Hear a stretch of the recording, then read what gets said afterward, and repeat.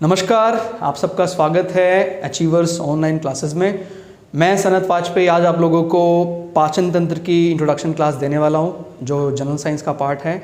और हम लोग पाचन तंत्र के लेवल 1 से लेकर एंड तक पहुंचेंगे। हमें ये बात आज समझ में आने वाली है कि पाचन मुख गुहा से लेकर जो हमारे गुदा द्वार तक जाता है, तो उसमें कौन कौन से सेक्शन हमें यहाँ एग्जाम पॉइंट ऑफ व्यू से कवर करने हैं, नहीं करने हैं। और अगर मैं अपने बारे में बताऊं, मेरा नाम है सनत वाजपेयी। मुझे 15 सालों का टीचिंग अनुभव एक्सपीरियंस है। बाकी मेरा लंबा कॉलेज में एज अ सीनियर लेक्चरर अनुभव रहा है, as a medical electronics senior lecturer. और अभी हम मैडम के साथ हैं। निशा मैडम का ये बहुत ही बड़ा प्लेटफॉर्म पूरे नॉट ओनली हरियाणा में, पूरे इंडिया में बहुत ही फेमस प्लेटफॉर्म है। और आपको ये बिल्कुल मैं पहले ही शुरू करने से पहले ही बताने वाला हूँ, ये ऐसा लगने वाला ही नहीं है आपको कि ये टॉपिक आपके लिए कोई डिफ़िकल्ट होगा या नया होगा। अगर कभी आपने 10th क्लास में, 9th क्लास में, 8th क्लास में इस पार्ट को हल्के में भी लिया, जैसे 7th क्लास से शुरू हो जाता है इसके बारे में, और उसके बाद में इसके धीरे धीरे पार्ट को कवर करते रहते हैं। लेकिन आपको कभी ऐसा नहीं लगने वाला इस क्लास को अटेंड करने के बाद कि आपने स्कूल टाइम में इस पर जोर नहीं दिया। आपकी डेली रूटीन की बातें हम इसके साथ रिलेट करेंगे और पाचन तंत्र एक बच्चों का खेल बन जाएगा। और सारे पॉइंट्स जो एग्ज़ाम पॉइंट ऑफ व्यू से इम्पॉर्टेंट हैं हम कवर करेंगे। क्लियर? और मैं फिर से आपको ये बात बता रहा हूँ, ये वारंटी नहीं, गारंटी होगी कि आपको इस क्लास अटेंड करने के बाद एक भी पॉइंट ऐसा नहीं होगा जो थोड़ा सा भी कम समझ में आया। आप कह रहे हो सर कितने विश्वास से कैसे कह सकते हैं? ये ही अचीवर ऑनलाइन क्लासेस का अनुभव कहता है। यहाँ पर जो भी टीचर आ रहा है वो बहुत ही लंबे एक्सपीरियंस के बाद इस प्लेटफॉर्म पर क्लासेस लेने आता है। और अगर मैं अपने बारे में थोड़ी एडिशनल नॉलेज बताऊँ, ये सब बताने इसलिए ज़रूरी होता है दोस्तों, क्योंकि आपके माइंड में एक इमेज होती है टीचर की, और वो इमेज पूरी कंप्लीट होनी चाहिए, आधी नहीं होनी चाहिए। क्लियर? कि एक व्यक्ति खड़ा कर दिया इन्होंने, नहीं। मैं बीटेक किया है मैंने गवर्नमेंट कॉलेज सिरसा से इलेक्ट्रॉनिक्स एंड कम्युनिकेशन में, और मुझे बताते बहुत खुशी है मैंने माईजीवी प्रोग्राम अटेंड किया है प्रधानमंत्री जी की मौजूदगी में नई दिल्ली इंदिरा गांधी इंडोर स्टेडियम में। इसके अलावा मैं WWF यानी वर्ल्ड वाइल्ड लाइफ फंड के लिए भी ऑनलाइन कैंपेन चला चुका हूँ। और मुझे इस बात को शेयर करते बहुत खुशी है कि मैं आपका जो एनवायरमेंटल वाला पोर्शन है उसको मैं अंधेरे में नहीं रखूँगा, एकदम प्रैक्टिकल अटैच करके आपको बताऊँगा, ताकि एग्ज़ाम में उस क्वेश्चन जैसे ही वो आता है आप तुरंत आपके दिमाग में, हाँ सनत वाजपेयी ने ये बात बताई थी और ये हिट करती है। क्या ग्रीन हाउस इफेक्ट है, क्या ग्लोबल वार्मिंग है, क्या रोल प्ले करती है कार्बन डाइऑक्साइड इसके अंदर, हमारे खान पान में अगर हम एसिडिक चीज़ें खा रहे हैं तो क्या रोल प्ले होगा, बेसिक चीज़ें खा रहे हैं तो क्या होगा, लीवर क्या कर सकता है, पैंक्रियास क्या कर सकता है, ये सारी बातें। क्लियर? टोटली मतलब पाचन तंत्र का कोई भी क्वेश्चन, क्योंकि आज जैसे हमने टॉपिक लिया है इसको, लेकिन मैं आपको एक ओवरव्यू दे रहा हूं कि टीचर का तरीका ये होना चाहिए कि वो एक क्लास को एक क्लास ना रहकर उसको इंटीग्रेट कर दे, ताकि because you should be always complete, आपको हमेशा कंप्लीट होना पड़ेगा। साइंस पूरा आना चाहिए। ऐसा नहीं है कि आपको अगर मैंने बोल दिया है जीव विज्ञान का खाली पाचन तंत्र आता है बाकी कुछ नहीं आता है, सिलेक्शन नहीं होगा। तो इसीलिए आपको ये टॉपिक रिलेट करना पड़ेगा। वो बोल रहा है कार्बन डाइऑक्साइड खाने से आपका बीपी हाई हो जाता है, तो बीपी हाई होने पर ब्लड में क्या चीज़ पीएच वैल्यू में बढ़ रही है, घट रही है, यानी again come to chemistry as well as आपके दिल की अगर बात कर देगा तो अगेन कम्स टू फिजिक्स। तो ये सारी चीज़ें इकट्ठे चलेंगी, पैरेलली चलेंगी। ठीक है? तो पाचन तंत्र में हम इस डायग्राम के जरिए चीज़ को बहुत अच्छे ढंग से समझ पाएंगे। देखिए, पाचन शुरुआत करते हैं, अगर ये कहाँ से शुरुआत होता है, पाचन शुरू होता है हमारा मुख गुहा से। क्लियर हो गया? इस डायग्राम को आपने हालांकि स्कूल कॉलेज के समय, हालांकि आप में से ज़्यादातर 10th में ही जनरल साइंस के बाद उसका कनेक्शन छूट गया होगा, बट मैंने बताया जैसे आपके पेपर में जो साइंस वाला पार्ट आता है वो 10th वाला ही बेसिक पार्ट है। ये कोई नॉन मेडिकल में जो साइंस पढ़ाते हैं वो वाला पार्ट बिल्कुल भी नहीं है। क्लियर? तो इसमें आपका ये है आहार नाल, याद रखना है इसको ईसोफेगस भी कह देते हैं, आहार नाल। और इसमें कहते हैं कभी सबसे मजबूत पार्ट क्या होता है हमारे पूरे शरीर में? सबसे मजबूत पार्ट हमारा होता है जा या जबड़ा। क्लियर हो गया? जबड़ा। क्लियर हो गया? जबड़ा। और इसमें जो आखिरी के 3 दांत हैं, आखिरी के 3 जो दांत हैं, वो सबसे मजबूत होते हैं। और इन पे किसकी कोटिंग होती है? कभी भी कहें जबड़े के आखिरी दांतों पर किस मटेरियल की कोटिंग होती है? एनेमल, जो कहें स्टेनलेस स्टील से भी ज़्यादा मजबूत होता है।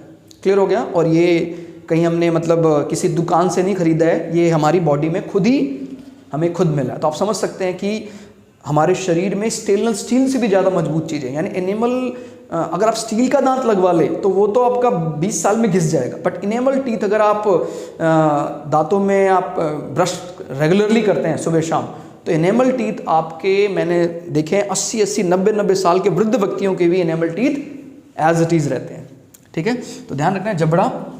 फिर इसमें बात कर लेते हैं जो टीथ है, इसके पेयर के बारे में प्रश्न आता है कि जो आपके दांत हैं इसके फॉर्मूले के बारे में कभी प्रश्न आए तो 2 1 2 3 ये फॉर्मूला होता है। क्लियर? तो इसमें जैसे incisor, canine, pre molar and molar. ठीक हो गया? ऐसे इंसीजर यानी काटने वाले दांत, इसको 1/4 में पढ़िए आप प्लीज़, मेरी बात को ध्यान से समझिए। ये जो जबड़ा है हमारा, क्लियर, इसको 1/4, जैसे ये वाला पार्ट, यहाँ है 8 दांत, फिर ये 8, फिर ये 8 और फिर ये 8। क्लियर? तो 8-8 दांतों के समूह में इसको पढ़ना है। जैसे कभी कहता है काटने वाले टोटल दांत कितने हैं, तो काटने वाले टोटल दांत होंगे, देखिए 2 एक साइड पर होते हैं, ये इसको बोलते हैं काटने वाले दांत।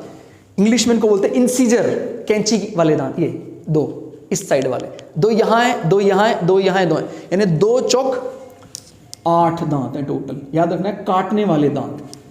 इंसीजर, याद रखना है इंसीजर, काटने वाले दांत। फिर होते हैं फाड़ने वाले दांत, कैनाइन टीथ बोलते हैं इनको, जैसे चीर फाड़ में काम आते हैं, कोई जंगली जानवर कोई काटता है। देखो आपने शायद फिल्मों में देखा होगा, ये क्या बोलते हैं उसको, राक्षस, दानव, कोई ऐसा भेड़िया टाइप आदमी है, नर भेड़िया, नर पिशाच, ऐसे उसके ये दांत बाहर निकले होते हैं। ये कौन से टीथ होते हैं? Canine teeth. किसी किसी मनुष्यों में भी कैनाइन टीथ काफ़ी बाहर निकले होते हैं, जो मतलब कुछ ऐसे मांसाहार का ज़्यादा इस्तेमाल करता है, तो कैनाइन टीथ अपने आप ज़्यादा डेवलप हो जाते हैं। तो ध्यान रखना, कैनाइन टीथ पशुओं में ज़्यादा बड़े होते हैं, मनुष्यों में छोटे होते हैं। आप इसको अलग पहचान सकते हैं। देखिए ये नुकीला नुकीला दिख रहा है, ये कैनाइन टीथ है। और कैनाइन टीथ एक साइड पर एक है, 4 साइड होती है, तो कितने हो गए कैनाइन टीथ? 4। ध्यान रखना, कैनाइन टीथ 4 है और इंसीजर या काटने वाले 8 दांत। फिर आती है बात प्रीमोलर। प्रीमोलर यानी हल्का दबाने वाले या पकड़ बनाने वाले या हल्का पीसने वाले, नॉट पूरी तरह पीसना, हल्का हल्का दबाने वाले, ये है प्रीमोलर।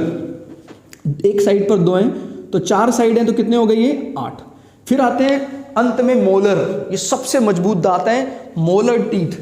ये कितने हैं? अगर हम देखें, मोलर टीथ है 4 3 12। क्लियर? तो अगर इस सबको मिला लें, 12 और 8 20 और 8 28 और 4 32, तो हमारे दांत बनते हैं 32। क्लियर हो गया? तो आपको ये बात याद रखनी है, एग्जाम में कभी भी आ जाइए, फॉर्मूला होता है ICPM, incisor, canine, premolar, molar. तो टोटल काटने वाले दांत 8, फाड़ने वाले दांत 4, पकड़ बनाने वाले दांत 8, पीसने वाले दांत 12।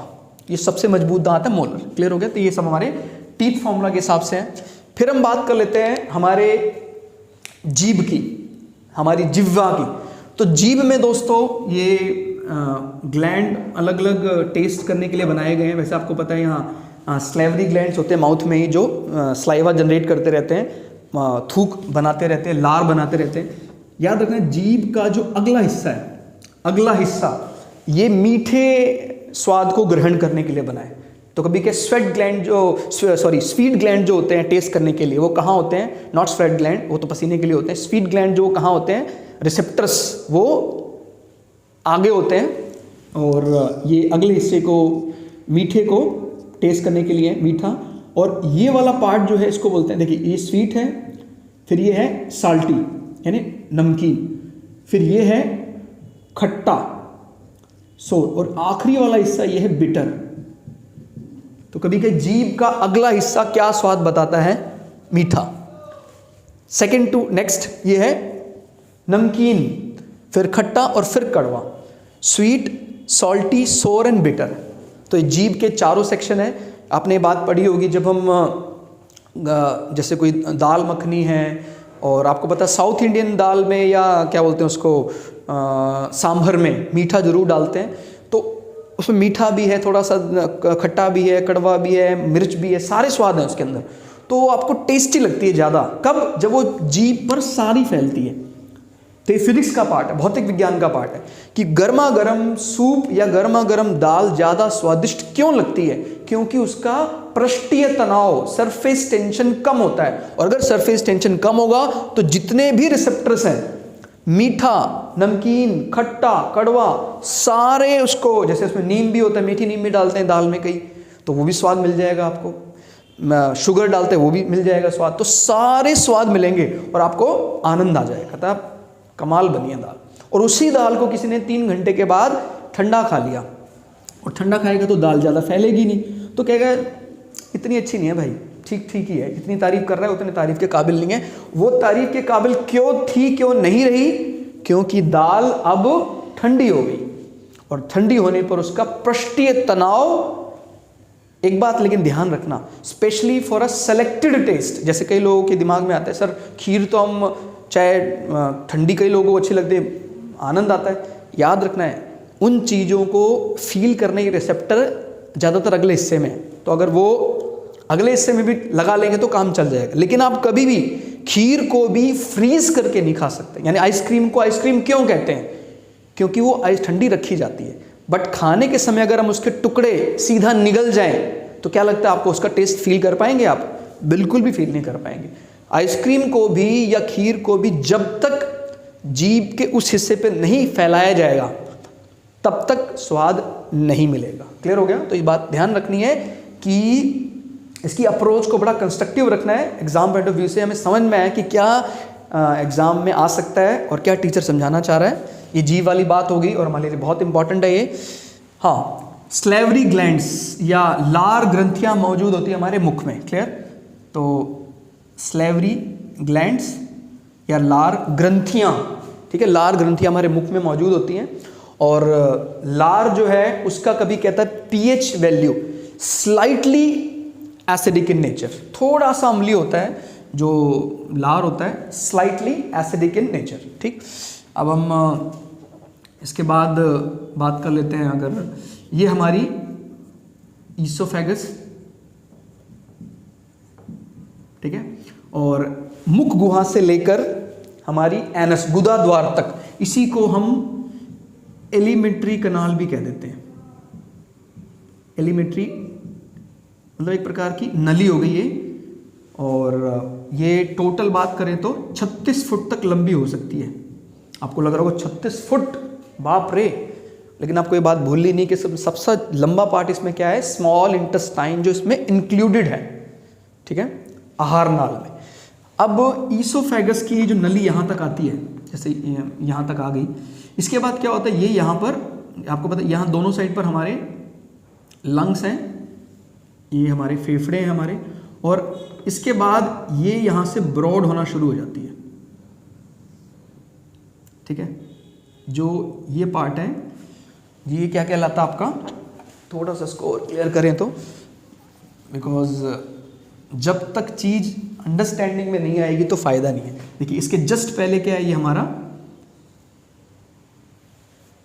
लीवर, यकृत, और इसके साथ में ये निकलता है हमारा स्टमक। ठीक है, आपको पता है लीवर हालांकि डायरेक्ट पार्टिसिपेट नहीं करता है डाइजेशन में, बट लीवर के बिना कुछ पॉसिबल भी नहीं है। इनफैक्ट जिसका लीवर बेकार उसका सब कुछ बेकार। ठीक है, बहुत चीज़ें मोटिवेशन से भी जुड़ी हुई हैं, ये सब हम डिस्कस करेंगे। और इसके साथ में एक पार्ट होता है जिसको हम कह देते हैं स्प्लिन, प्लीहा। वो हालांकि पाचन में कोई रोल प्ले नहीं करता, बट हमें पता होना चाहिए एग्जैक्ट जहां आरबीसी और प्लेटलेट दफन होते हैं या कहीं मरने से पहले अपनी फेयरवेल पार्टी करते हैं, वो ये है प्लीहा। मलेरिया में यही पार्ट सबसे ज़्यादा इफेक्टेड होता है, प्लीहा, स्प्लिन। ठीक है, और इसके जस्ट नीचे ये पार्ट क्या है हमारा, पेनक्रियाज। पेनक्रियाज यानी अग्नाशय। ठीक है, स्लाइवा का मैंने आपको बताया pH value 6.8, slightly acidic in nature. एक बात लेकिन बड़ी, क्योंकि आपको पता है एग्जामिनर कई बार विपरीत बातें पूछता है जो लीक से अलग है, और बहुत कम व्यक्ति जानते हैं। सुबह का saliva slightly basic in nature होता है, इसका पीएच वैल्यू 7 से एक्सीड कर जाता है। और सुबह का सलाइवा इसलिए आपके लिए अमृत का काम करता है। जिसका भी बीपी हाई है, नहीं भी है, बिकॉज सुबह के सलाइवा में एंटीबॉडीज़ भी होते हैं। जैसे मान लीजिए आपने रात को कुल्ला वगैरह ब्रश वगैरह करके सोए आप, फिर भी थोड़े बहुत बैक्टीरिया वायरस रह गया है, तो क्या चलेगा, WBC एक्टिव हो जाएगा और क्या चलेगा, डिशम डिशम, यानी सबकी पिटाई करेगा और एक एंटीबॉडी तैयार कर देगा सलाइवा में। और वो सलाइवा एंटीबॉडीज अगर हमारे स्टमक में चला जाए तो पेट में भी कोई ऐसी इन्फेक्शन होगी वो भी दूर हो जाएगी। तो वो आपके लिए बहुत इंपॉर्टेंट है। सुबह का सलाइवा अगर हम उसको इनटेक कर लें, यानी गर्म पानी के साथ उसको अंदर कुल्ला करके पी जाए, अंदर, ध्यान रखना कुल्ला माने बाहर नहीं, वो अंदर ही आपको कुल्ला करना है। देखा होगा आपने कई वृद्ध लोगों को, एज लोगों को बहुत स्मार्ट वर्क करते हैं, खाना खाने के बाद वो ऐसे करते हैं और हम कई बार उसको देखकर मुंह बनाते हैं कि यार उसको कुछ पता ही नहीं है। असल में उसी को सब कुछ पता है, आपको कुछ नहीं पता है। तो ध्यान रखना है, पढ़े लिखे होने का अर्थ है उन चीज़ों के पॉजिटिव एस्पेक्ट्स को यूज़ करना, उपयोग करना, ठीक है। तो आपको पता होना चाहिए कि किस चीज़ का क्या रेलेवेंस है, क्या इंपॉर्टेंस है हमारे घर में जहाँ रहते हैं। ये प्लास्टिक पेंट में क्या चीज़ होती है, पुराने घरों में चूना में क्या फ़ायदा होता था, प्लास्टिक पेंट में क्या नुकसान होता है, वो अलग बात है। हमने एक बीच का रास्ता चुना है, हम कितने एडवांस हो जाएं, हम अभी भी उस चीज़ को भूले नहीं है कि मिट्टी के घरों में जो रहने का फ़ायदा था वो आज इन प्लास्टिक पेंट के घरों में नहीं है। मतलब आज भी हम उस चीज़ के साइंटिफिक इम्पोर्टेंस को दरकिनार नहीं कर सकते हैं, ठीक है। तो ये बात ध्यान रखनी है बिल्कुल, आपके एग्ज़ाम पॉइंट ऑफ व्यू से और आपके लाइफ पॉइंट ऑफ व्यू से दोनों। इनफैक्ट मैंने तो देखा है, मेरा अनुभव ये कहता है कि जो सिर्फ ये समझता है यार कल मेरा पेपर है, बस निगल लो, जितना मैटर है निगल लो, उसको बहुत, मेरा ऐसे बच्चों के साथ अनुभव रहा है, ठीक नहीं रहा। लेकिन जो ये चाहता है कि नहीं सर, इसको मैं एग्ज़ाम के लिए पढ़ रहा हूँ लेकिन मैं एक मीठे वे से, कंस्ट्रक्टिव वे से समझ के पढ़ रहा हूँ, ये चीज़ ऐसे काम करती है। क्लियर हो गया? तो आप लोगों को ध्यान रखना है, वे बहुत ज़्यादा कंस्ट्रक्टिव होना चाहिए, बनाने वाला होना चाहिए। और ये जब तक आप इसको अपनी लाइफ से रिलेट नहीं करेंगे तब तक बात बनने वाली नहीं है। क्लियर हो गया? तो पैनक्रियास यानी अग्नाशय, ये क्या है आपका स्प्लिन, या इसको प्लीहा भी बोल सकते हैं, प्लीहा। And this is your liver, liver कह लें आप, यकृत कह लें आप, और क्या कहेंगे, कुछ तो कह लीजिए आप भी। कहता सर हम कह देते हैं इसको जिगरा, सही है, आप इसको जिगरा भी कहते हैं, जिगर। कि जैसे कभी कभी क्या है, आर्मी में अपने फौजियों को मोटिवेट करने के लिए वो कहता है कि भाई युद्ध लड़ने के लिए, जंग लड़ने के लिए जिगरा होना चाहिए, जिगरा। अब आप सोच रहे होंगे, जब आप बायोलॉजी के स्टूडेंट हैं, क्या बोल रहा है कमांडिंग अफसर, पागल हो गया है, कहाँ जिगरा कहाँ मोटिवेशन। लेकिन वो सही बोल रहा है, आप समझ जाएंगे कि लीवर का डायरेक्ट कनेक्शन है आपके मोटिवेशन के साथ। इसको दूसरे वे में समझें, जिसका लीवर कमज़ोर उसका मोटिवेशन भी कमज़ोर। कितना ही उसको मोटिवेट कर लो, कुछ फ़ायदा ही नहीं है। बाद में पता लगा इसको हेपेटाइटिस है। क्यों? क्योंकि लीवर आपको सडन या इंस्टेंट एनर्जी वाला ग्लाइकोजन समय पर देता है। जैसे मान लीजिए फौजी 2 दिन से कुछ खाया नहीं, उसने खाया पिया नहीं, एनर्जी बहुत कम लग रही है, सामने पाकिस्तानी फौज नज़र आ गई, कुछ फौजी मतलब नज़र आ गए, उसके कमांडिंग अफसर ने बोला भाई हमें उन लोगों की ईंट से ईंट बजानी है, और उन्होंने मोटिवेट कर दिया। तो 2 दिन से खाया नहीं है, फिर भी एनर्जी कहाँ से आई? लीवर से आई। और लीवर क्या जनरेट करता है इमरजेंसी में? ग्लाइकोजन को ग्लूकोज में कन्वर्ट करेगा, और आप 2 दिन के भूखे आदमी खाए पिए पर भारी पड़ जाओगे। तो ये बात याद रखना, liver is very important for your instant energy, ठीक है। और हालांकि जब हम पढ़ते थे तो उस समय सौभाग्य से हमें कई ऐसे गुरु मिले, ऐसे टीचर मिले जिन्होंने कई ऐसी बातें बताई जो इस वे को और दूसरी दिशा में भी घुमा देती हैं। जैसे कई ऐसे केमिकल्स हैं, कई ऐसे हमारे घर में मेटल्स हैं जिनमें खाकर व्यक्ति की मौत भी हो सकती है, जिससे हमें डर भी लगा और इंटरेस्ट और बढ़ा के यार कमाल है, ये बातें भी हैं। जैसे कॉपर है, कॉपर, ये क्वेश्चन है आपके पेपर में, किस मेटल की अधिकता से लीवर बेकार हो जाता है? कॉपर। कॉपर में आप सिवाय पानी के कुछ भी नहीं खा सकते हैं, but copper in pure state. जैसे अगर कॉपर में आप जिंक मिला दें तो क्या बन जाएगा? पीतल बन जाएगा। कॉपर में आप टिन मिला दें तो क्या बन जाएगा? कांसा। वो चलेगा, इनफैक्ट उसका तो फायदा होगा। लेकिन कॉपर में अगर आपने दही, सब्जी, कुछ ऐसी चीज़ें ज़्यादा स्पाइसी बना ली और उसमें आप खा भी रहे हैं तो लीवर आपका डैमेज होगा। और सेम लाइक जैसे कोई लिकर, कोई शराब पीने वाले व्यक्ति को होता है, सेम वही सिम्टम उस व्यक्ति को भी आएंगे।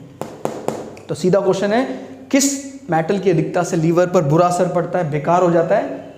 वो है कॉपर। ठीक। और फेफड़े हैं, सांस लेने की, जो अभी आपको पता होगा कोरोना में सबसे बड़ी बात फेफड़ों की चली कि भी फेफड़ा वो सिकुड़ना कम कर देता है और सांस जल्दी जल्दी ऐसे ऐसे ली जाती है और ये बहुत दुखदाई हो जाता है। तो इसके बाद अब एक लंबी यात्रा के लिए ये तैयार हो जाता है और ये यात्रा है छोटी आंत की। लेकिन आप नाम में मत जाना, जैसे हमारे इंडियन माइथोलॉजी में एक क्या कहा जाता है, एक लॉर्ड है, लॉर्ड कृष्णा, वो हैं छोटे लेकिन वो बड़े भाई से भी ज़्यादा उनकी रिस्पेक्ट कुछ, क्योंकि आपको पता है द्वारिकाधीश बनाया गया उनको, क्योंकि वो द्वारिका उन्होंने खुद से बनाया था, उनके कहने पर बना था। तो ऐसे ही सेम हम यहाँ पर स्मॉल इंटेस्टाइन को इतनी इंपॉर्टेंस देते हैं, इतनी लार्ज को नहीं देते हैं। बड़ी आंत की इतनी उपयोगिता हमारे लिए एज कम्पेयर टू स्मॉल नहीं है। ठीक है, तो ये यहाँ से ये बड़ी आंत वाला सेक्शन है और ये बड़ी आंत मुख्य रूप से जो पचा हुआ भोजन है उसको मल में कन्वर्ट करने का काम करता है। क्लियर? पचे हुए भोजन को मल में ई कोलाई बैक्टीरिया बदलते हैं और कहाँ बदलते हैं? बड़ी आंत में। ठीक है, फिर आपने सुना होगा एक नस होती है अपेंडिक्स की नस, इससे कई लोग परेशान भी रहते हैं। हालांकि सामान्यतः अगर बात करें 90 या 95% लोगों में 95 इसका कोई दिक्कत नहीं है। किसकी? स्मॉल और लार्ज इंटेस्टाइन के जोड़ की कोई दिक्कत नहीं है, इसको बोलते हैं अपेंडिक्स। लेकिन अगर किसी के शरीर में ये 8 इंच से लंबी हो जाए, ध्यान रखना 8 इंच तक ये परेशान नहीं करेगा, हालांकि 8 इंच काफ़ी हो जाता है, आपकी हथेली से भी थोड़ा बड़ा, बट ये नस परेशान नहीं। जैसे ही 8 इंच से बढ़ने लग जाए तो ये परेशान करती है। याद रखना है इसकी लंबाई 8 से 30 इंच तक लंबी हो जाती है और तब ये भयंकर पीड़ा देती है और कई बार इसका अगर ध्यान ना दे तो छोटी आंत और बड़ी आंत के जोड़ को तोड़ने का काम कर देती है। वैज्ञानिक इसी को बोलते हैं कि शायद पुराने समय पे इसका कोई कनेक्शन रहा होगा हमारी पूंछ के साथ एवोल्यूशन में, जिसको लेमार्क ने भी माना था कि भाई हमारी पूंछ थी मनुष्यों की और उस पूंछ का हम उपयोग करते थे, बाद में उसका हमने इस्तेमाल कम कर दिया, लेकिन उसका निशान ये बच गया। तो ध्यान रखना है, इसका अपेंडिक्स कहा जाता है। ये छोटी आंत और बड़ी आंत के ज्वाइंट को रिप्रेजेंट करता है। ठीक है, और ये हमारा एनस, एनस यानी गुदा द्वार, गुदा द्वार कह दें इसको आप, मल द्वार कह दें आप इसको। क्लियर? तो ये जो अब हमारे लिए किसी प्रकार से भी उपयोगी है नहीं है, वो मल द्वार से बाहर निकलता है। कई बार क्या होता है, जो पेशेंट है, बीमार आदमी है, उसके मल से जो चीज़ निकल रही है उसमें कई ज़रूरी मिनरल्स है, वो उसको उपयोग नहीं कर पाया तो बाहर निकल गया। तो ये बात याद रखनी, जो बीमार व्यक्ति होता है उसके मल में ज़्यादा पोषक तत्व होते हैं जो मिट्टी के लिए महत्वपूर्ण काम कर सकते हैं। और जैसे कोई टेस्ट करता है कि इसका यूरिन टेस्ट किया, इसका बॉडी वेस्ट टेस्ट किया, मल चेक हुआ, उसमें पता लगा कि भाई इस व्यक्ति को ये बीमारी है, तो आपको लगता होगा ये यूरिन टेस्ट करके ये बात कैसे पता लग जाती है? क्यों? अगर किसी के शरीर में यूरिन में से जैसे ग्लूकोज निकल रहा है या उसके मल में से कैल्शियम की मात्रा ज़्यादा निकल रही है, तो हम ये पता कर सकते हैं कि उसके शरीर में विटामिन डी की भी कमी हो सकती है और उसको अगर ग्लूकोज निकल रहा है तो उसको शुगर बीमारी हो सकती है। तो बात याद रखनी है, स्वस्थ मनुष्य का मतलब उसके मल से पोषक तत्व की मात्रा कम से कम निकले। ठीक है, ये एक स्वस्थ मनुष्य की परिभाषा है। ये है लार्ज इंटेस्टाइन या बड़ी आंत। बड़ी आंत की लंबाई 1.5 से 1.25 मीटर तक लंबी हो सकती है, यानी 1.5 to 1.75 मीटर तक लंबी हो सकती है बड़ी आंत।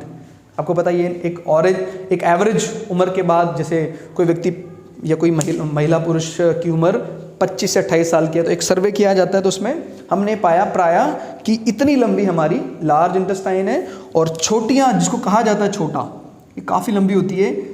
ये 6.5 to 7 मीटर तक लंबी हो सकती है, 6.5 से 7 मीटर तक लंबी हो सकती है स्मॉल इंटेस्टाइन। क्लियर? बड़ी आंत। ठीक है, और पेनक्रियाज यानी अग्नाशय, ये आपका यकृत है, ये आपका आमाशय, आमाशय इसको स्टमक भी कह लें आप, इसको उदर कह लें आप।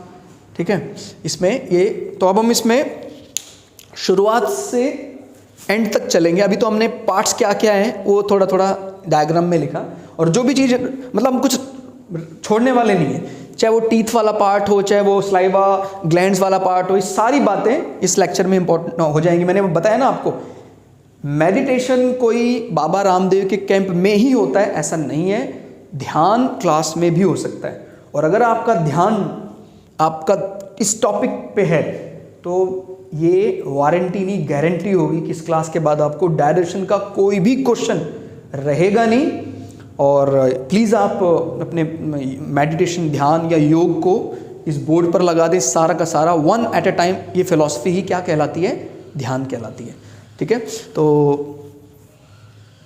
है, तो शुरुआत कभी क्वेश्चन क्या आता है, पाचन कहाँ से प्रारंभ होता है? तो direction starts from buccal cavity नाम है इसका। हमें भगवान ने ये जो मैंने मार्क किया है, ये जा जबड़ा तो इसके अंदर है, लेकिन इस दरार का नाम क्या है? दरार यानी मुख गुहा। अब सारे दूसरे वे में समझें, सारे जानवर इतने लकी नहीं होते हैं, या सारे एनिमल इतने लकी नहीं होते हैं। जैसे बात करते हो कीट, मच्छर है, मच्छर के पास हमारे की तरह बढ़िया दांत नहीं है। सपोज अगर हमारे पास भी दांत की बजाय कोई चोंच होती तो बड़ी प्रॉब्लम हो जाती। तो फिर हमें पता लगा आप लोगों को कभी क्या खाने का मन करता है, अरे वो नेपाली डिश आती है क्या, मोमोज, तो फिर वो पहले उसको कहते हैं इसको लिक्विड बनाओ, लिक्विफाई करो, उसके बाद आप उसको सक कर सकते हैं, लेकिन आप उसको खा नहीं सकते हैं, चबा नहीं सकते हैं। ठीक है, तो ध्यान रखना है, ये सारे स्वाद, इतने वैरायटी ऑफ फ्रूट, अलग अलग आप सेब खा सकते हैं, आप संतरा खा सकते हैं, लेकिन अगर ये मुख गुहा ना होता तो फिर ये वैरायटी बहुत लिमिटेड हो जाती। तो थैंक्स टू गॉड कि भगवान ने हमें ये मुख गुहा, गुहा यानी दरार, मुख गुहा, बक्कल कैविटी, ये इसका नाम बक्कल कैविटी। तो इसका कभी क्या है नाम बताइए, बक्कल कैविटी।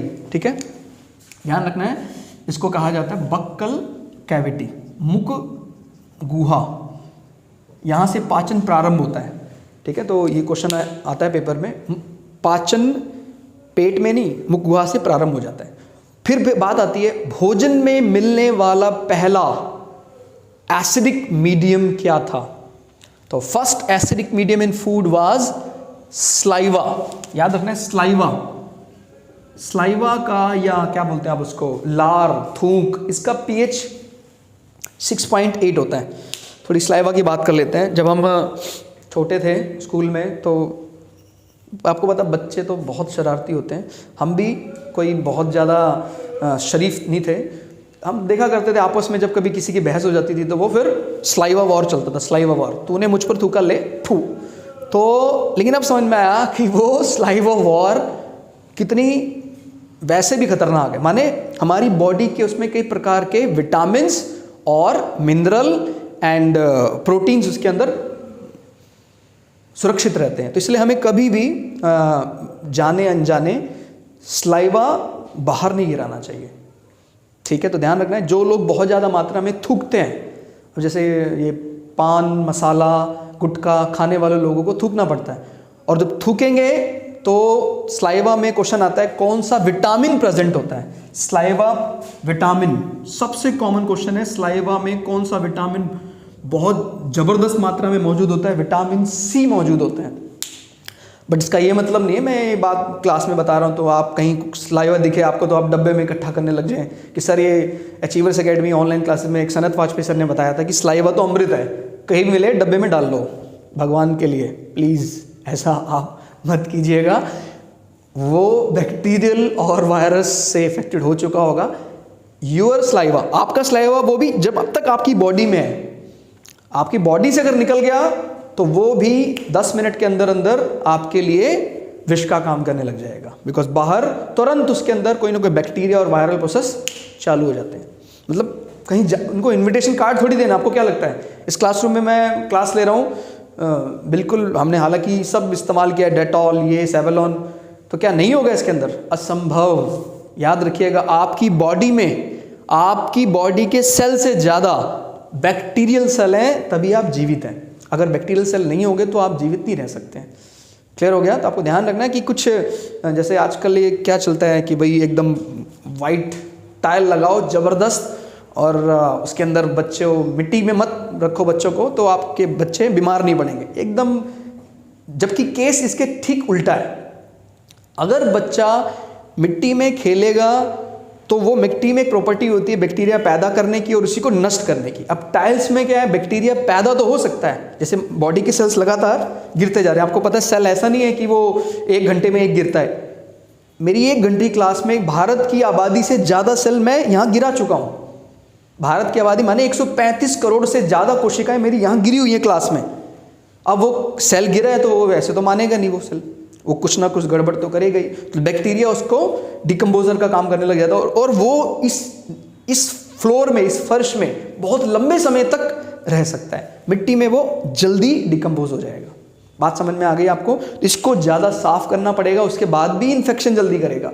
उसको आप एक एवरेज टाइम पर भी साफ करेंगे तो चल जाएगा। तो थोड़ा सा उस एंगल को भी ध्यान रखना कि वो क्या कहना चाह रहा है कि मिट्टी में डिकम्पोजर बहुत जल्दी एक्टिवेट हो जाते हैं और आपके पक्के फर्श में डिकम्पोजर एक्टिव नहीं होते हैं। तो बच्चों को कभी कभी एक्सपोजर देना चाहिए, माने उनको खेलने का मौका देना चाहिए। यार ऐसे मत करो, आप ऐसे कैद मत करो बच्चों को, नहीं तो फिर ये तो साफ साफ कहता है, अभी आपको समझ में आएगा। बैक्टीरिया वायरस का जो एंटीबॉडीज़ है ये उसी के, वायरस तो इससे तो है। अब कोई मान लीजिए पोलियो की दवा है, तो पोलियो की दवा क्या होता है, टाइप ऑफ वायरस। आपको आर्टिफिशियली बीमार किया जाता है ताकि आप भविष्य में बीमार ना हो। ऐसे ही किसी बच्चे को आपने 12 साल तक अपने पास छुपा कर रखा, कमरे के अंदर बंद, तो अंदर रहे, बाहर नहीं जाना, बाहर बहुत दिक्कत है, ये है वो है। हालांकि इस सेंसिटिव टाइम पे जैसे कोरोना कोविड-19 की बात चल रही है, बिल्कुल अंदर होना चाहिए। लेकिन इसका ये मतलब नहीं कि बच्चे को आप 24 घंटे कमरे के अंदर ही रखेंगे। तो क्या होगा, बॉडी में एंटीबॉडीज निल हो जाएंगे। और अगर ऐसा हुआ और 12 साल की उम्र में वो बाहर जब निकलेगा, निकलना तो पड़ेगा ही उसको, इस संसार में उसको जंग खुद लड़नी पड़ेगी, तब उसको बीमारी होने पर वो ठीक ही नहीं होगा। तो हम क्या करते हैं, इंजेक्शन देकर बच्चे को, चेचक का टीका लगवा कर बच्चे को हम बीमार कर देते हैं। बच्चा 3 दिन तड़पता रहता है, रोता रहता है, उसको आप रोने दो, क्योंकि भविष्य में वो हंसेगा। इसीलिए हमने उसको 3 दिन रुलाया है। लेकिन आपको लगे मैं नहीं लगाऊंगा टीका, तो भविष्य में एक बहुत बड़ी बीमारी उसको ग्रसित कर सकती है। तो आप ये बात याद रखिए, चाहे आर्टिफिशियली बीमार करा उसको और चाहे नेचुरली वो बीमार हो रहा है थोड़ा, वो उसके लिए प्लस है। जैसे अगर उसको ठंड में थोड़ा बाहर घूमता है, थोड़ा बैक्टीरियल निमोनिया हो गया उसको, और उसके बाद वो धीरे क्योर भी हो गया, तो भविष्य में जब कभी बड़ा होगा, अटैक होगा, तो एंटीबॉडी बॉडी में एक्टिव, जैसे आपने सुना होगा कौन सी बीमारी होती है, चिकन पॉक्स। चिकन पॉक्स एक बार लाइफ में होता है, दोबारा नहीं होता, बिकॉज उसका एंटीबॉडी बॉडी में अवेलेबल है। ठीक, तो स्लाइवा में विटामिन भी होते हैं और साथ साथ इसके अंदर कई प्रकार के ज़रूरी एंजाइम भी होते हैं। ठीक है, तो ध्यान रखना है, जो आपके स्टार्च को डाइजेस्ट करने में मदद करते हैं। ठीक है, तो जो ग्लूकोज वाला पार्ट है उसको पचाने में स्लाइवा बहुत उपयोगी है। तो कभी भी कहे माल्टेज और टाइलिन, ये दो क्या हैं, माल्टेज और टाइलिन, ये एंजाइमों के नाम है। These enzyme are present in saliva. क्या क्या नाम है इसका, maltase and ptyalin, maltase and ptyalin. ठीक है, प्रेजेंट इन स्लाइवा, थूक, क्या बोलते हैं, लार मौजूद होते हैं। टाइलिन को कई जगह, मतलब इसका क्या बोलते हैं, पर्यायवाची सिनोनिम है, अमाइलेज भी कहते हैं। Ptyalin is the synonym of amylase. प्राय सभी एनिमल्स के अंदर अमाइलेज मौजूद होता है। कैसे याद रखेंगे इसको, मैंने ऐसे याद किया था, जब मुझे शुरुआत में याद नहीं हो रहा था। माइक टाइसन का घूंसा सुना होगा आपने, जबरदस्त बॉक्सर माइक टाइसन, जबड़ा में अगर वो एक घूंसा मार दे तो 1000 पाउंड का फोर्स है उसके घूंसे में। 1000 पाउंड का मतलब होता है कि आप इतना फोर्स जो मगरमच्छ होता है उसके जबड़े में होता है, इतनी तेज मारता है कि जबड़ा हमारा चकनाचूर हो जाएगा, चूर चूर हो जाएगा। मतलब अगर मगरमच्छ का जबड़ा वो गर्दन हमारी पकड़ ले तो हमारी गर्दन को चूर चूर या कहीं खोपड़ी को चूर चूर कर सकता है। और माइक टाइसन के घुस्से में भी इतना ही फोर्स मापा गया था। तो मैंने इसको याद किया, Mike Tyson, maltase and ptyalin present in saliva. ठीक है, स्लाइवा थूक में मौजूद होता है, और ये दोनों ही कार्बोहाइड्रेट हाइड्रेट वाले पार्ट के लिए ज़रूरी है। हिंदी में कार्बोहाइड्रेट सेम नाम है, कार्बोहाइड्रेट। इसी को शुगर, इसी को ग्लूकोज कह देते हैं। कभी भी कहें कार्बोहाइड्रेट का सिनोनिम क्या हो सकता है? बिल्कुल शुगर हो सकता है। और यही एक बहुत बड़ी गलतफहमी है जो शुगर बीमारी में लोगों के मन में, उनको लगता है शुगर यानी चीनी, शुगर यानी कार्बोहाइड्रेट, दिस शुगर को बोल रहा है वो। ठीक है, तो सलाइवा में मौजूद होता है vitamin C as well as enzyme. An enzyme is a type of protein. Question कभी आ जाए, एंजाइम किसका एक बदला हुआ रूप है? प्रोटीन का रूप है। ठीक है, फिर इसमें बात आती है, ये हो गया आपका। अच्छा, क्या विटामिन सी हमारे यूरिन में भी होता है? बिल्कुल होता है। तो कभी भी आपको एग्जाम में आ जाए यूरिन में पाए जाने वाला विटामिन, नॉर्मली जो व्यक्ति बीमार नहीं है उसके शरीर में यूरिन में से विटामिन सी बहुत कम मात्रा में या नील होता है। लेकिन अगर कोई व्यक्ति शुगर का मरीज है तो उसको बार बार पेशाब जाना पड़ेगा, साथ में विटामिन सी भी निकल जाएगा। और विटामिन सी अगर निकल गया तो क्या होगा? घाव भरेंगे नहीं। ठीक है, तो ऐसे व्यक्ति जिसको शुगर है उसको डर रहता है कैंसर का भी। जैसे मान लीजिए बहुत थूकता है तो धीरे धीरे ना यहाँ सड़ने लग जाता है, मुख से बहुत बदबू, पहले क्या होगा उसको स्कर्वी, पायरिया, और बाद में माउथ कैंसर बन जाएगा। क्योंकि घाव को भरता कौन सा विटामिन है? Vitamin C. अब विटामिन सी निकल गया है, स्लाइवा से भी निकल गया है, यूरिन से भी निकल गया है। ठीक है, तो ये कनेक्ट करके रखना है इस चीज़ को। अच्छा, एक दिन में औसतन कितना स्लाइवा शरीर में बनता है? 1.5 से पौने 2 लीटर, 1.5 to 1.7 लीटर। बोलते हैं बॉडी की सबसे बड़ी मेडिसिन क्या है? शरीर में अगर आप चाहते हैं कि कोई मेडिसिन कभी ना खाना पड़े तो first medicine is what? Is oxygen. Where is oxygen? और आज के नॉनसेंस लाइफस्टाइल में क्या होता है? खिड़की बंद करो और क्या चलाओ।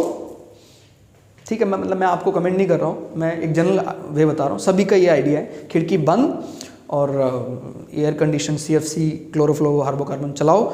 तो क्या होता है, ऐसी कंडीशन में कमरा तो ठंडा हो जाता है लेकिन आपके बॉडी सेल्स जो हैं वो डेड होना शुरू हो जाते हैं। और ये इन्विटेशन कार्ड दे देता है किसको? कैंसर सेल्स को ग्रो करने के लिए। ठीक है, तो ध्यान रखना है, क्रॉस वेंटिलेशन बहुत ज़रूरी है। और ये बात हम अभी से जानते हैं ऐसा नहीं है, ये बात हम हजारों सालों से जानते हैं। इसलिए हम एक घर में खिड़की भी देते थे और रोशनदान भी देते थे। आजकल के जो पढ़े लिखे लोगों ने घर बनाए हैं उनमें रोशनदान नहीं है। तो आप ही डिसाइड कर लो कि कौन ज़्यादा साइंटिफिकली प्रूवन स्टडी करके आया है। पुराने घरों में खिड़की भी है, रोशनदान भी है। और अभी जो बोलता है मैंने अभी आर्किटेक्ट का कोर्स किया, उसने बोला खिड़की बनाई, ये नहीं बनाया तूने, कहता है यार ये चलता है। ये चलने वाली फिलॉसफी साइंस में नहीं चलती है। साइंस सिर्फ लॉजिक पर बात करता है। आपके मन को क्या अच्छा लग रहा है उससे कोई मतलब नहीं है उसको, वो आपके बुद्धि पर बात करता है। और बुद्धि कहती है नहीं चलता है। खिड़की ठंडी हवा अंदर लाती है और गर्म होने के बाद जब उसमें कार्बन डाइऑक्साइड, कार्बन मोनोऑक्साइड हो जाती है, उस हवा को बाहर निकलना चाहिए और वो गर्म होकर हल्की होती है तो उसको रोशनदान की तलाश होती है। रोशनदान है नहीं आपके घर में, ध्यान रखना है इसको। First medicine is oxygen and second medicine is water. और वाटर से ही ज़्यादा से ज़्यादा स्लाइवा बनेगा। स्लाइवा बहुत उपयोगी है आपके लिए। तो ध्यान रखना, पानी जब तक पीते रहेंगे स्लाइवा की कमी नहीं होगी आपकी बॉडी में। और स्लाइवा की कमी ना होना मतलब विटामिन सी भी मैनेजेबल फॉर्म में रहेगा। अब हम इसके बाद बात करते हैं आजकल के बच्चों में एनीमिया का प्रमुख कारण क्या है। सबसे बड़ा कारण तो है टाइम। कहते जी टाइम नहीं है मेरे पास सब कुछ है, टाइम नहीं है। तो यार फिर तो आप दुनिया में सबसे गरीब हैं। जिस आदमी के पास खाने के लिए टाइम नहीं है वो कुछ करने वाला नहीं है। ध्यान रखना, खाने में कम से कम 15 to 20 मिनट जिसको मतलब जो नहीं लेता है वो खाना नहीं खा रहा है। अब वो तो यार मतलब टाइम पास ही कर रहा है, ज़िंदगी बस जी रहा है ऐसे, किसी तरह खींच रहा है। खाना खाने में उसको 15-20 मिनट लगने चाहिए। आनंद से खाना खाना चाहिए, मतलब ऐसे खाना चाहिए। कई मैंने देखा है सुबह यार उसकी 9 बजे की क्लास है तो उठा लेट है, 8:45 बजे उठा है, उसको नहाना धोना सब करना है इसमें। तो कहता उसकी मम्मी कहते फटाफट खाना खा बेटा। तो क्या करता है, रोटी रोल करता है, गले में निगल जाता है, पानी पी जाता है और वो समझता है, उसको लगता है शायद पेट में कोई दांत है। ये बहुत गलत तरीका है खाने का। वो ना खाता तो ज़्यादा बेटर था। मैंने 4 रोटी खाई उसकी बजाय वो 1 ही रोटी खा लेता तो भी उसके लिए वो फूड बॉडी को लगता। तो बात याद रखनी है, सबसे पहली बात तो दांतों का उपयोग ना करना एनीमिया का प्रमुख कारण है। दूसरा, रॉन्ग फूड मिक्सिंग, तेल वाले पार्ट के साथ पानी वाला पार्ट मिलाना, ये एक गलत तरीका है। कोल्ड ड्रिंक के साथ बादाम खा रहा है वो। आज एनीमिया का प्रमुख कारण है ये जो लाइफस्टाइल है पार्टियों वाला। पार्टियों में जो स्टॉल लगते हैं उनमें कोई डिसाइडेड नहीं होता है भाई ये गोलगप्पा है, उसके बाद कॉफ़ी खा ली, मतलब कॉफ़ी पी ली, फिर उसके बाद आइसक्रीम आने दे, उसके बाद फिर इसको भी आने दे। तो ये क्या हो रहा है, इट इज़, मतलब मैं ये नहीं कह रहा वो चीज़ें गलत है, वो सब बढ़िया मिनरल्स खा रहा है, लेकिन वो रॉन्ग फूड मिक्सिंग करता है। जो तो बॉडी क्या करती है, उसमें खाली कार्बोहाइड्रेट वाला पार्ट रख लेती है, बाकी सारे 800 रुपये किलो वाले बादाम बॉडी से एज इट इज़ बाहर आ जाते हैं। कोई फ़ायदा नहीं इस चीज़ का, बच्चा एनीमिया का शिकार ही रहेगा। ठीक है, तो ये बात याद रखनी है आप लोगों को। ये प्रमुख कारण है एनीमिया के, रॉन्ग फूड मिक्सिंग। और ये और दूसरा है, खाने से ज़्यादा इंपॉर्टेंट है पचाना। खाता तो है वो, सब कुछ खाता है, उसको पचता ही नहीं है, और पचने का ना कारण यही जो मैंने आपको बताया। अब वो चीज़ आ गई है स्टमक में, जो उसने खाया है वो निगलने के बाद स्टमक में आ गई। ये आपको मैंने बता दिया। एलिमेंट्री कैनाल 32-36 फुट है। इसोफेगस स्टार्टिंग वाला पार्ट है आहार नाल का। और अब अमाशय में क्या होता है, कभी कहीं अमाशय में पाए जाने वाला अम्ल कौन सा है, HCl, हाइड्रोक्लोरिक अम्ल। ये जो भी फूड हमारे निगला है हमने और हमारे स्टमक में पहुंचा है, उसको क्या कर देता है, उसको पूरी तरह बैक्टीरियल और वायरस फ्री करने का काम करता है। कि कोई इसमें, मतलब स्टार्टिंग में इस HCl में जब पेनक्रियाटिक जूस में मिल जाता है तो ये इतना ज़्यादा एसिडिक हो जाता है, मतलब आप इसको माने जब इसमें पेनक्रियाटिक जूस मिलता है तो ये HCl का pH को 1.2 से 2 तक ले जाता है। बाप रे, 1.2 यानी आपके घर में जो इन्वर्टर की बैटरी है, स्टार्टिंग में जब आप लाए थे उसको पहले दिन, उसका pH मापा 0 से 1 जला के राख कर देगा 1 डिग्री तक। और ये पेट में 1.2 यानी उससे थोड़ा सा ही कम खतरनाक है। इतना खतरनाक एसिड हमारे पेट में स्टार्टिंग में फॉर फ्यू मिनट्स बनता है। और इस समय इसीलिए पानी नहीं पीना चाहिए। जैसे खाना खाने के तुरंत बाद आपने 2 ग्लास पानी पी लिया तो ये एसिड क्या हो जाएगा, डाइल्यूट हो जाएगा। डाइल्यूट यानी तनु हो जाएगा, और तनु एसिड भोजन को नहीं पचा पाएगा, भोजन को नहीं गला पाएगा। समझ में आ गया आपको। हाइड्रोक्लोरिक एसिड, तो ये क्वेश्चन आता है, उदर में पाए जाने वाला अम्ल HCl। ठीक है, फिर उदर में कौन सा एंजाइम होता है, तो आपको ध्यान रखना है पेप्सिन, पेट में पेप्सी, पेप्सिन, रेनिन, लाइपेज, ये प्रमुख एंजाइम है। स्लाइड में मैंने बता दिया, maltase and ptyalin. Mike Tyson से याद रहेगा आपको, माल्टेज, माइक टाइसन यानी टाइलिन, माइक टाइसन। और इसमें कौन कौन से, पेट में कौन कौन से एंजाइम है, देखो स्लाइवा वाले ने स्पेशली कार्बोहाइड्रेट को टारगेट किया, शुगर। इसने टारगेट किया भोजन के किस पार्ट को, इसने टारगेट किया भोजन के प्रोटीन वाले पार्ट को। प्रोटीन वाला पार्ट जो बॉडी बिल्डर हैं, वो प्रोटीन, जैसे आपने दालें खाई बॉडी को बिल्डअप करने के लिए, आपने अनाज खाया, अनाज यानी गेहूं, चावल, ज्वार, बाजरा, ये सब क्या है, कार्बोहाइड्रेट फूड माने जाते हैं। ये होते हैं फॉर इंस्टेंट एनर्जी, तुरंत ऊर्जा के लिए खाए जाते हैं। और प्रोटीन किस लिए खाया जाता है, बॉडी बिल्डअप करने के लिए खाया जाता है। फैट किस लिए खाया जाता है, it is a long time energy. भाई 4-5 घंटे कुछ नहीं खाया फिर भी काम तो मेरा चल ही रहा है, तो बॉडी को क्या स्टोर करके रखा है मैंने, फैट। तो ये सारी चीज़ें हमारे लिए उपयोगी है समय समय पर। पेप्सिन, रेनिन और लाइपेज। तो पेप्सिन कोई नॉर्मल प्रोटीन जो भी पचाना है, पेप्सिन काम करता है। मिल्क प्रोटीन्स, जितने भी दूध रिलेटेड प्रोटीन होंगे वो रेनिन पचाएगा। क्वेश्चन क्या बनता है, स्टार्टिंग में बच्चे को 6 महीने तक माँ का दूध ही पिलाया जाता है। ठीक है, और वो चाहे सुबह हो, दोपहर हो, शाम हो, कभी भी हो, दूध ही पिएगा, अच्छा रहेगा। क्योंकि स्टार्टिंग में उसके पास वैरायटी ऑफ एंजाइम होते ही नहीं है। माने हो सकता है आप उसको कुछ जूस वगैरह पिलाने का प्रयास भी करें, ठीक है, आप अपनी तरफ से अच्छा सोच रहे होंगे, लेकिन वो साइंटिफिकली अच्छा नहीं है। कारण उसके पास जब एंजाइम ही नहीं है उसको पचाने वाले, तो वो पचाएगा कैसे उसको। आप खिला दो उसको पीस कर जो मर्जी, पचेगा तो है नहीं उसको, क्योंकि उसके पास टाइप ऑफ एंजाइम भी तो होना चाहिए। व्हाट इज एंजाइम, इसको डिस्कस करें अगर हम। एक प्रकार का एक बायो कैटलिस्ट का काम करता है, यानी आपके लाइफ में जो भी चीज उस प्रोसेस को फास्ट कर 1000 गुना बढ़ा देता है आपके पाचन को, 1000 गुना। इसको दूसरे वे से समझे, सपोज अभी एंजाइम है नहीं हमारे पास, आपने खाना खाया, भाई कब खाया था, पिछली दिवाली में खाया था। अब आपको अगला खाना कब खाना है, अगला खाना आपको खाना है अगली दिवाली। 1 साल आपको खाना खाने की आवश्यकता नहीं होगी अगर एंजाइम नहीं है। तो कई तो लोग जो खाना स्पेशली बनाते होंगे सोच रहे हैं यार मज़ा आ गया, अब तो मास्टर जी कोई तरीका बताओ ये एंजाइम खत्म हो जाए। पूरी बात सुन लो आप। लेकिन खाना तो आप 1 साल के बाद खाओगे, लेकिन क्योंकि बॉडी में डाइजेस्ट ही नहीं हो रहा है 1 साल तक, तो आपको एनर्जी नहीं मिलेगी। तो आप फिर कैसे चलेंगे? लाइक एन बोआ पाइथन, जैसे अजगर चलता है ना धीरे धीरे। पता लगा मैं यहाँ से थोड़ी दूर जाना है मुझे, सपोज 200 मीटर जाना है। 200 मीटर जाने के लिए मुझे सुबह में 5 बजे निकला था, अभी शाम को 5 बजे पहुँच गया। बाप रे! और अभी 200 मीटर जाने में मुझे 2 मिनट भी नहीं लगते हैं। मेरी बात आपको समझ में आ गई होगी। तो ये एंजाइम करता है, और हमारा ख्वाब है अपनी गति को बढ़ाने का, ना कि घटाने का। मतलब कभी एक ज़माना था बैलगाड़ी, तो फिर उसका मन क्या है थोड़ा सा घोड़ा गाड़ी पे आओ यार, क्या बैलगाड़ी धीरे चलता है। घोड़ा गाड़ी पर आया, फिर कहता यार नहीं थोड़ा और साइकिल कुछ ऐसा बनाओ, साइकिल पर आया। फिर वो उसने स्टीम इंजन बनाए, फिर उसने अलग अलग पेट्रोल डीजल, अभी जेट इंजन में भी उसका पेट नहीं भर रहा है। कहता है यार कुछ ये जो क्रायोजेनिक इंजन का इस्तेमाल कर क्यों नहीं करते हैं कमर्शियल जेट के लिए। मतलब वो भी करने का विचार कर रहा है, माने दिल है कि मानता नहीं। तो वो बात भी सही है, अगर ये मान जाएगा तो फिर इन्वेंशन भी तो बंद हो जाएंगे, डिस्कवरी कैसे होंगे। तो बात याद रखना है, pepsin, rennin and lipase variety of foods के लिए होता है। दिस लाइपेज होता है लिपिड्स के लिए। क्लियर? तो जब लिपिड्स वाला पार्ट होगा, लिपिड्स यानी ऑयली, तेल, फैट, तो लाइपेज रिलीज हो, ये काम करेगा, ये एक्टिवेट हो जाएगा। और मिल्क प्रोटीन रेनिन और सिंपल प्रोटीन पेप्सिन।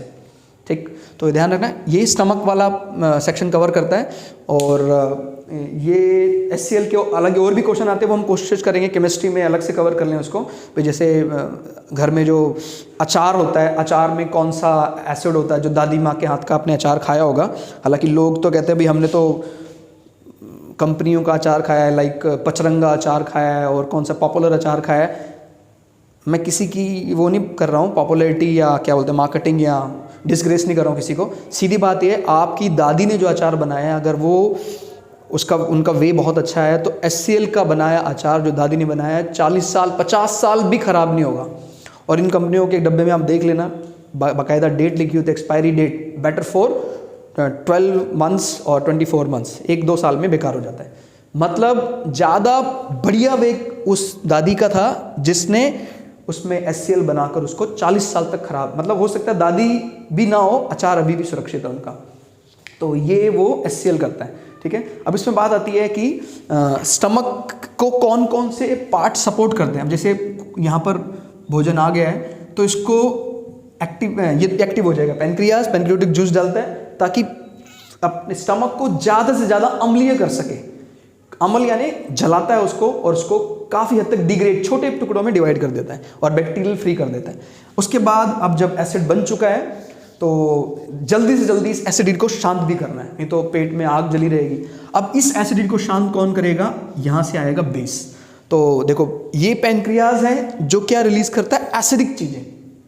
ठीक है, ये बात नहीं कि बेसिक चीज़ें रिलीज नहीं करता है, बट फॉर डायजेशन केस में ये एक मिक्स ग्रंथि मानी जाती है, मिक्स ग्लैंड माना जाता है, जो हार्मोन भी रिलीज करता है और जूस भी रिलीज करता है। जूस कौन सा?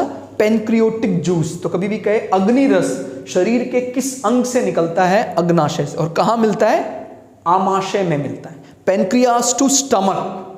ठीक है, और इसके अलावा ये एक जूस भी रिलीज करता है, not juice, hormone. This hormone is called insulin hormone. और इंसुलिन किसके लिए ज़रूरी होता है? इंसुलिन किसके लिए ज़रूरी होता है? कार्बोहाइड्रेट को डिग्रेड करके ग्लाइकोजन में कन्वर्ट करता है, और ग्लाइकोजन बॉडी में सुरक्षित होता है। अब सोचिए आपके पास इंसुलिन नहीं है, तो कार्बोहाइड्रेट को तोड़ा नहीं जा सकता ग्लाइकोजन में, और अगर वो तोड़ा नहीं जा सकता तो बॉडी को मजबूरन क्या करना पड़ेगा? उस ग्लूकोज को शरीर से बाहर, इसको देखो ऐसा समझो कि जैसे मान लीजिए हमें मान ली गाजर सुरक्षित रखनी है, उसमें पानी है। अगर हमने गाजर वैसे सुरक्षित रखा तो खराब हो जाएगा, तो हम क्या करते हैं? गाजर को सुखा देते हैं, अच्छी तरह पानी निकाल देते हैं और सूखी गाजर सुरक्षित रहे। तो जो ग्लाइकोज है उसको ऐसे ही मानो, ग्लाइकोजन इज व्हाट? ग्लाइकोज या ग्लाइकोजन को हमने सूखा करके सुरक्षित रख लिया लीवर में। अब उसको ग्लूकोज में कन्वर्ट करेगा, यानी पानी मिलाने के बाद उसको दोबारा से बॉडी को एनर्जी दे देगा। तो सेम ऐसे ही वे है, बट उसके लिए क्या जरूरी है? उसके लिए ये इंसुलिन बहुत ज़रूरी है। इंसुलिन हमारे पास है नहीं। तो आप लोगों को ये बात भी याद रखनी है कि शुगर बीमारी में कौन सा अंग बेकार हो जाता है? पैनक्रियाज। ठीक है, ध्यान रखना है, इंसुलिन रिलीज करता है। इंसुलिन एक इंसुलिन क्या नाम है, हार्मोन का नाम है, हार्मोन का नाम है, याद रखना है। ये मिश्रित ग्रंथि कही जाती है, मिक्स ग्लैंड कहा जाता है। मिश्रित ग्रंथि वो होती है जो जूस और हार्मोन दोनों रिलीज करती है, यानी एक प्रकार का ऐसा पार्ट जो खून में डायरेक्ट मिलता है वो भी रिलीज करता है ये, और जो किसी दूसरे बॉडी के पार्ट को सपोर्ट करता है, कोई रस, वो भी ये रिलीज करता है। ठीक हो गया, तो एक मिश्रित ग्रंथि है। क्वेश्चन आया पेपर में, शरीर की सबसे बड़ी मिश्रित ग्रंथि कौन सी है? पेनक्रियाज। जिन लोगों को भी शुगर की बीमारी है उन लोगों को पेनक्रियाज में प्रॉब्लम होगी, ठीक है, पेनक्रियाज में दिक्कत होगी और उनको इंसुलिन के टीके दिए जाते हैं। और शुगर याद रखिएगा सिर्फ मीठा खाने से होता है ऐसा नहीं है, ये एक भ्रम है, भ्रामक प्रचार किया जाता है। याद रखिएगा शुगर होता है जो टाइम टेबल के पक्के नहीं है, कभी खाना सुबह खा लिया, दोपहर में कभी भी खा लिया। एक कई तो अंकल सिर्फ आपने देखा, अंकल सिर्फ अपने पैकेट में रखते हैं, बैग में, दूसरे को भी ऑफर करते हैं, ले भाई मैं तो बीमार होऊंगा, तुझे भी बीमार करूंगा। मतलब मैं ये नहीं कह रहा उनको मत खाओ, आप बिल्कुल खाओ, लेकिन टाइम के साथ। जो एक बार शुगर के मरीज हो जाए तो उनको तो फिर ऐसे ही खाना पड़ता है, थोड़ा थोड़ा खाते रहो, क्योंकि उनके पास क्या नहीं होता है, इंसुलिन नहीं होता है। तो अगर अचानक उन्होंने 5-6 रोटी इकट्ठी खा ली तो उनका फिर टीका लगाना पड़ेगा। इंसुलिन नहीं है तो हाई ब्लड प्रेशर हाई या लो हो जाएगा, हार्ट अटैक भी आ सकता है। लेकिन जिनके पास इंसुलिन प्रॉपर है उनको सुबह खाने के बाद सीधा दोपहर में खाएं और दोपहर के बाद सीधा शाम में खाएं। अब आपको जलेबी खानी है, बिल्कुल खाओ, 100 ग्राम खाओ, और ज़्यादा 250 ग्राम खाओ, आधी किलो खाओ, लेकिन विद इन टाइम लिमिट। सुबह, दोपहर, शाम, शार्प टाइम, एकदम समय के पक्के होने चाहिए, तो शुगर से आप बचे रहेंगे। ठीक है, तो याद है, this sugar is what, this sugar is carbohydrate sugar. Now इसमें बेसिक चीज, क्षार कौन रिलीज करता है? लीवर। तो लीवर में एक थैली हो, इसको बोलते हैं पित्त की थैली। क्या बोलते हैं? पित्त थैली। और ये पित्त थैली इसमें क्या मिला देती है? इसमें पित्त रस मिलाती है, बाइल जूस। क्या मिलाती है? Bile juice. पित्त की थैली बाइल जूस मिलाती है। और इस पित्त की थैली को भी नाम दिया जाता है गॉल ब्लैडर।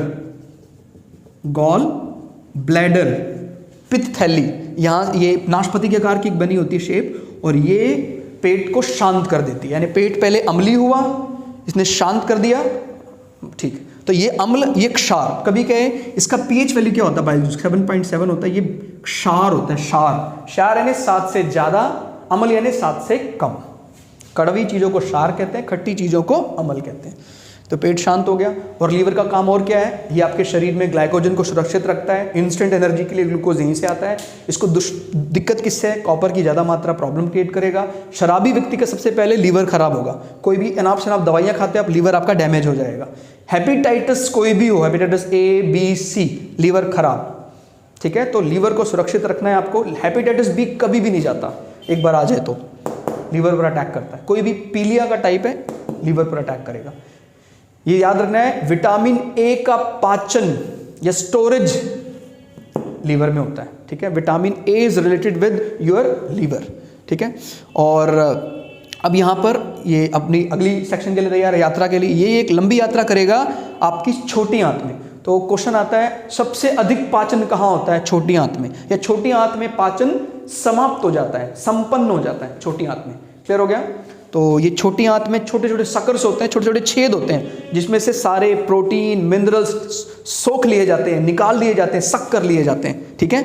ये यहाँ से निकाल लिए जाते हैं। और यहाँ चलते चलते फिर ये फूड कैसा होता है? सेमी सॉलिड, अर्ध ठोस। उसको मूव करने में दिक्कत होती है, तो ये अपने आप ही ये यहाँ से चौड़ाई बढ़ जाती है। अपेंडिक्स के बाद चौड़ाई बढ़ जाती है, और अब यहाँ से ये बड़ी आंत में आ जाता है। और इसमें अब कोई ज़्यादा उपयोगी पार्ट भोजन शरीर के लिए है नहीं। तो यहाँ पर जब ये भोजन यहाँ आ जाता है तो उसको पुशअप करने के लिए यहाँ ई कोलाई बैक्टीरिया रहते हैं। कभी कहें बड़ी आंत में पाए जाने वाले सबसे इंपॉर्टेंट बैक्टीरिया क्या है? E coli bacteria.